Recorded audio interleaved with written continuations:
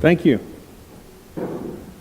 So it's always fun to hear all these different solutions to the same problems, and I always ponder through the different approaches that I can have for a talk like this. There's so many things to talk about, and they're all interesting at some level, but I've chosen to talk mostly today about sort of who we are and why we make the choices that we make. Why do we have the business that we have? What are we trying to do for people? And how do we see the problems of serving people well?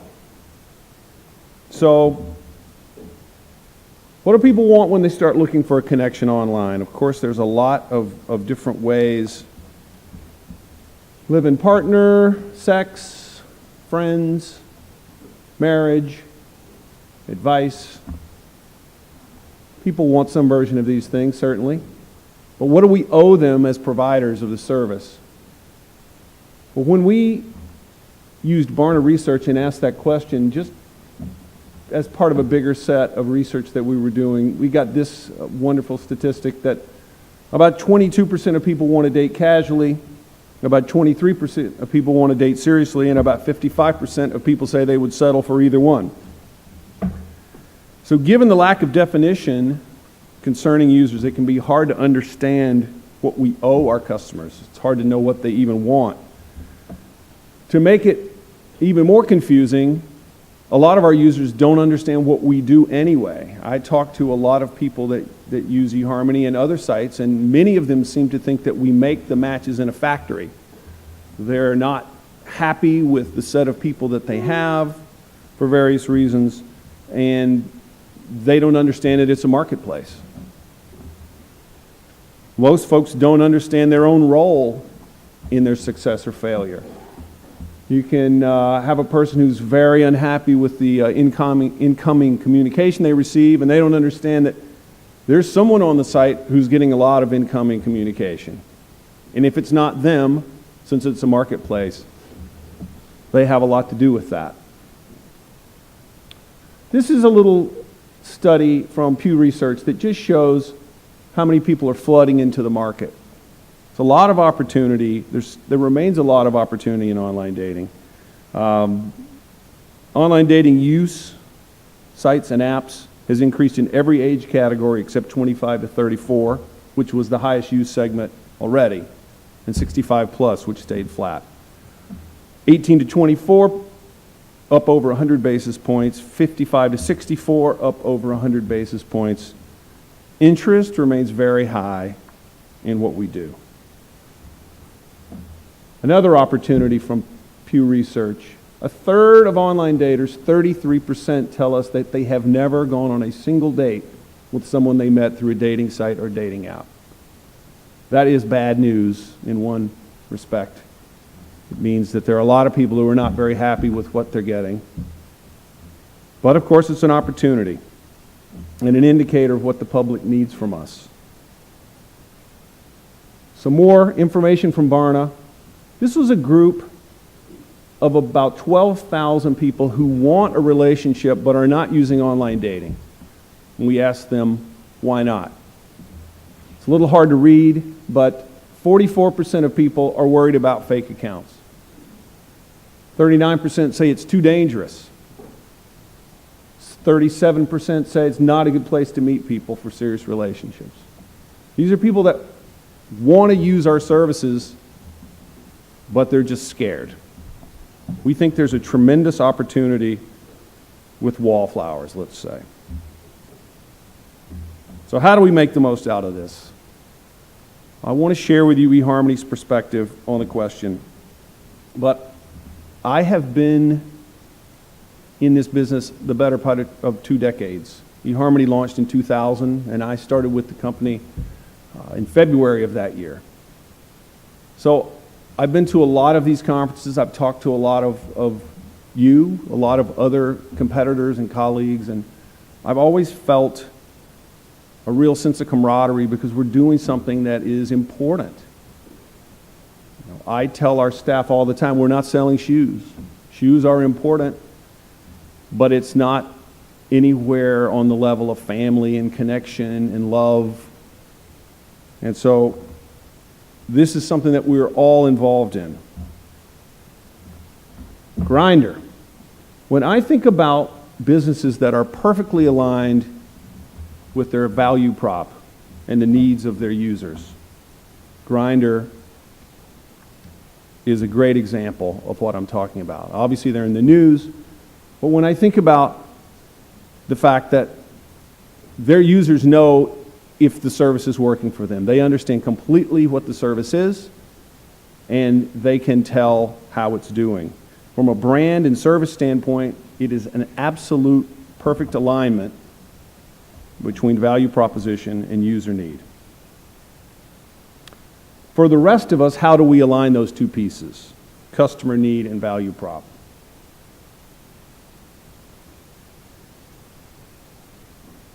Well, I think the first thing is that we have to understand that we are doing something very important.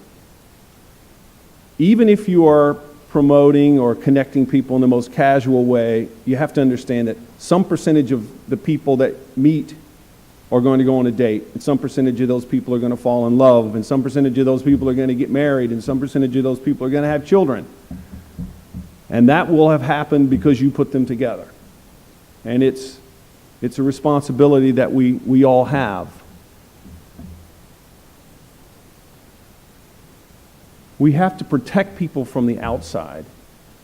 I had a briefing the other day from a consultant that took me through the criminal organization structure that runs a lot of the fraud that afflicts many of our businesses, and it is a daunting thing.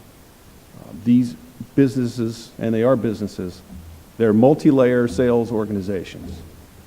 And the person at the very bottom with the fewest English skills is really the person who makes the initial entree, and then as a target is selected, that's passed up the organization to someone who is very good at extracting money from them. It is expensive and hard to protect your users against these kinds of tactics, but I think it's the least that we can do. We have a part of eHarmony we call Trust and Safety, which is staffed up with a lot of very experienced security people, but it is cat and mouse, and everything that we do works for a while, and then they think of a better way to get around the solution, and the game starts over again. The third point is protecting from the inside. It is just a true fact that to some degree our businesses benefit cynically from keeping people single and keeping people in play on the site. It can be hard to resist the temptation to take advantage of that. I think part of the reason that wallflowers and people who are single but want a relationship or want a date don't want to use us is because they feel that this is happening all the time. And we've got to resist that temptation and make it clear to them that their success is our success. We've built our entire business, frankly, on success couples. I had a breakfast Wednesday morning in London with 6 or 7 of these success couples. What they do for our business is far more important than anything I can think of.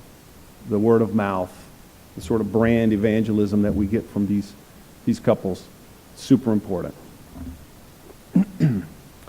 So to make a real effort to understand people and what they want, you've got to dig in deep. Unfortunately, the answers differ depending on how deeply you look, and it is a puzzle. This slide shows us what has happened to marriage in the United States in the last 50 years. This is not going to surprise anybody.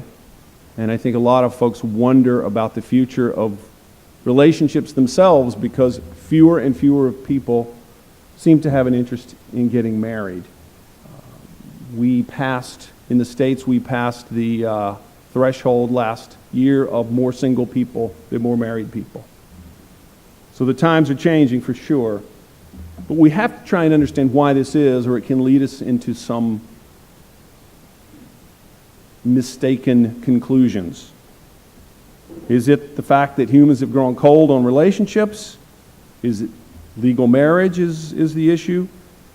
Each premise leads you to run your business in a different way. So this is a quote from a Pew Research study called Women, Men, and the New Economics of Marriage.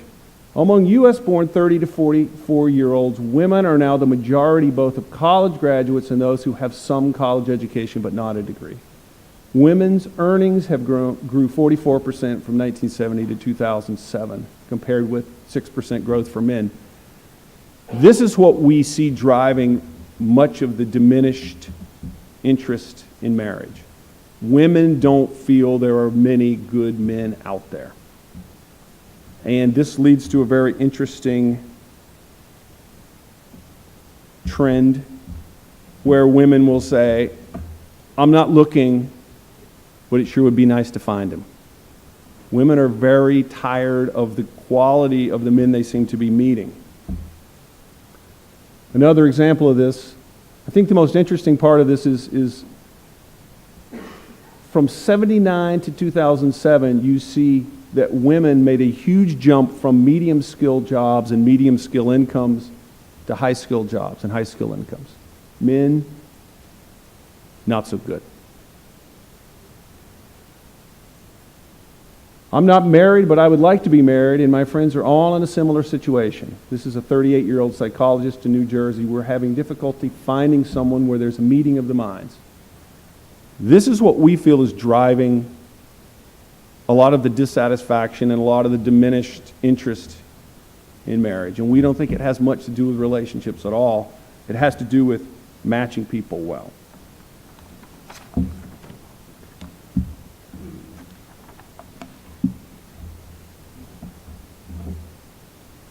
So let's just jump ahead to sort of the premise behind our business. eHarmony's been in the premium end of the pool since the beginning, and we see that most relationships start for some of these 6 reasons. People have chemistry, there's an intellectual connection that they can get a handle on in a date setting, they have some common interest, similar socioeconomic status, same stage of life, and a capacity for conversation. If you come to find that the person you're sitting across from on a date has these 5 or 6 traits, you think, wow, we're pretty well matched. And a lot of relationships and a lot of marriages have started because of these 5 or 6 things. And we find that most of these are very important, but not sufficient to create a great relationship. eHarmony was launched with a set of research that worked something like this. We found 5,000 married couples who'd been married from 10 to 30 years, and we gave them assessments to understand how happy they were. That divided them into 4 groups: the very happy, the somewhat happy, somewhat unhappy, and the very unhappy. We threw out the 2 middle groups, and we started to look at the extremes. What do the happy couples have that the unhappy couples don't have? And what we found was in about 30 ways, the happy couples were very similar with each other. These are foundational traits, and most of them either are in you at birth or you learn at a very young age. These are core traits that tend to be packaged in your brain when you're born. These are things that we match people on: curiosity, character, self-concept, sociability, industry. There's another set of traits. These are attributes. You tend to learn these as a child. You can change, certainly, but most people don't tend to. Traditionalism, ambition, conflict resolution skills. If these things are lined up, people seem to ride through life in a much easier way.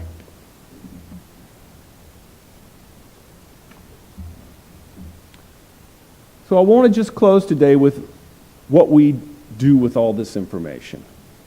How do we make sense of the fact that we think relationships are important, but things are changing a lot? We think that people who are matched at a foundational level have a greater time together over a lifetime of a relationship. We believe that offline is the destination.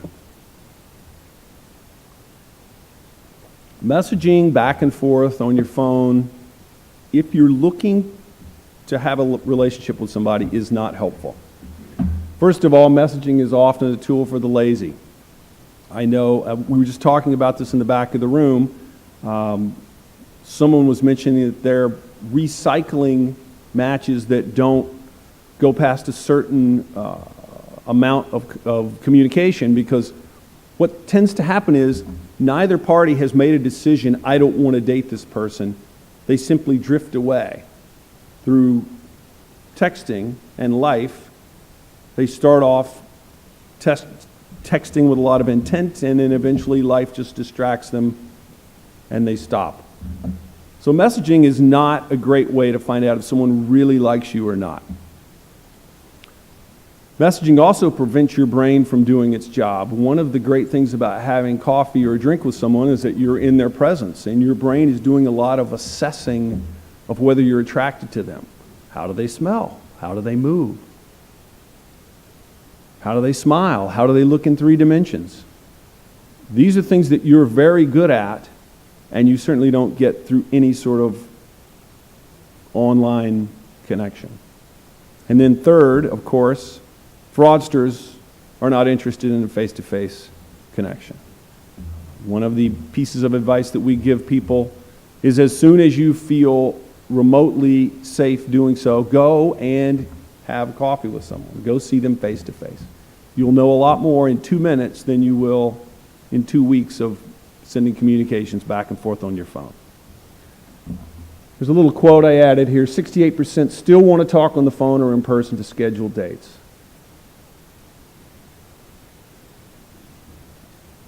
This is an interesting little side comment. Men do not like texting a lot. They like to hit on you. Are you free? Are you home? Kind of thing. But in terms of real communication, texting past a certain point tends to crush any potential relationship possibilities. It's a very natural thing to do, but not helpful. Second principle: speed and efficacy are two sides of the same coin. I have been very guilty in the past of telling myself, well, it's better to be good than to be fast. If that was ever true, it is not true anymore. If you are not fast in your onboarding time, in your communication time, in your load time, you're not going to get the chance to be effective. And so one of the things that I'm really trying to change at eHarmony is this over-reliance on how good we are and a commitment to being fast and relevant. We talk about this in a beer context. You know, there's sort of two kinds of companies. There are bottle companies and there are beer companies. Coors is a bottle company. Look at their bottle. The mountains turn blue when the bottle's cold. We've always considered ourselves a beer company. We want to make better beer. Who cares about the bottle? But the fact of the matter is, you've got to have great beer and you've got to have a great bottle. There's no either or. Number 3, affinity and compatibility are poorly correlated. Essentially, there are 2 ways to match people: for attraction and for compatibility. Those 2 things do not correlate well if you do studies on successful relationships. The things that make us attracted to someone are not the things that make us want to stay with them for years and years. That is unfortunate. Affinity When you're meeting someone and you're trying to be attracted to them, you have 4 goals. Find someone that I'm attracted to. Makes sense? Get them to find me attractive. Certainly. Fall in love and get them to fall in love with me. This is what the attraction stage is about. We call that affinity, and we certainly match on affinity. We want you to be matched with someone who will have a good time with you on a date. We learned the hard way that this is important because the first 4 or 5 years of the company, we just matched on those big, foundational, important traits. And people will go on a date, and they would call us and say, I had a terrible time. Can't believe you matched me with this guy. It was not good. And we learned that people could be compatible with each other and have a terrible time together. It's 2 different things, and so we began to match people on affinity. If we look at compatibility and the goals of compatibility or a relationship, your first goal is to be loved and respected and not taken for granted. You want to stay in love and respect your partner, and then 3, you want to find your partner attractive. The things that were most important in the affinity stage are least important in the compatibility stage. And of course, this syncs up nicely with the human brain.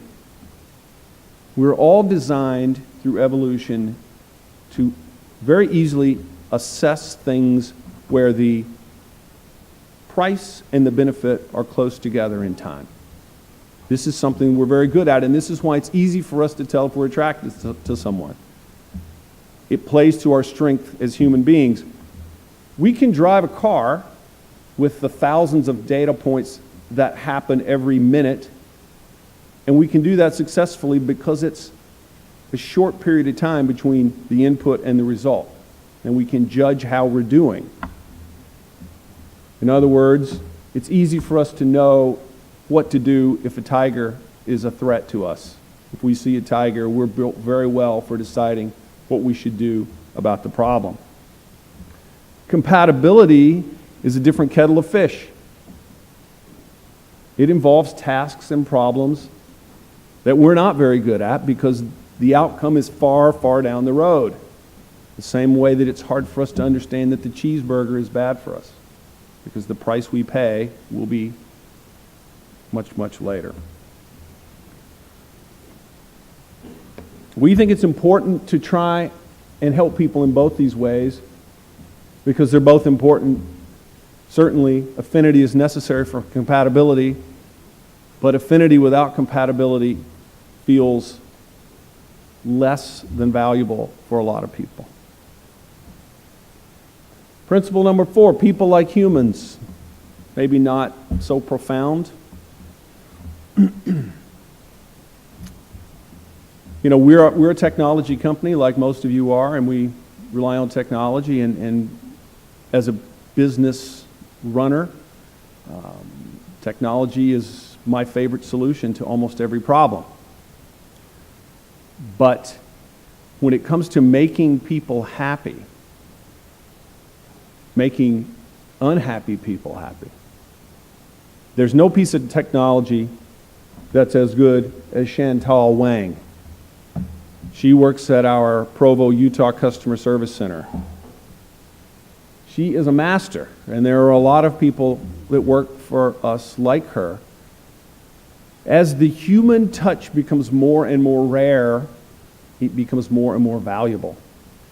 And we find it's fairly easy to build margin into our products that allow for Chantal to talk to someone when they have a problem. And they love her, and they reward the brand for employing her and creating a situation where she can help them. We've been running a date coaching call service where we help them with anything they need.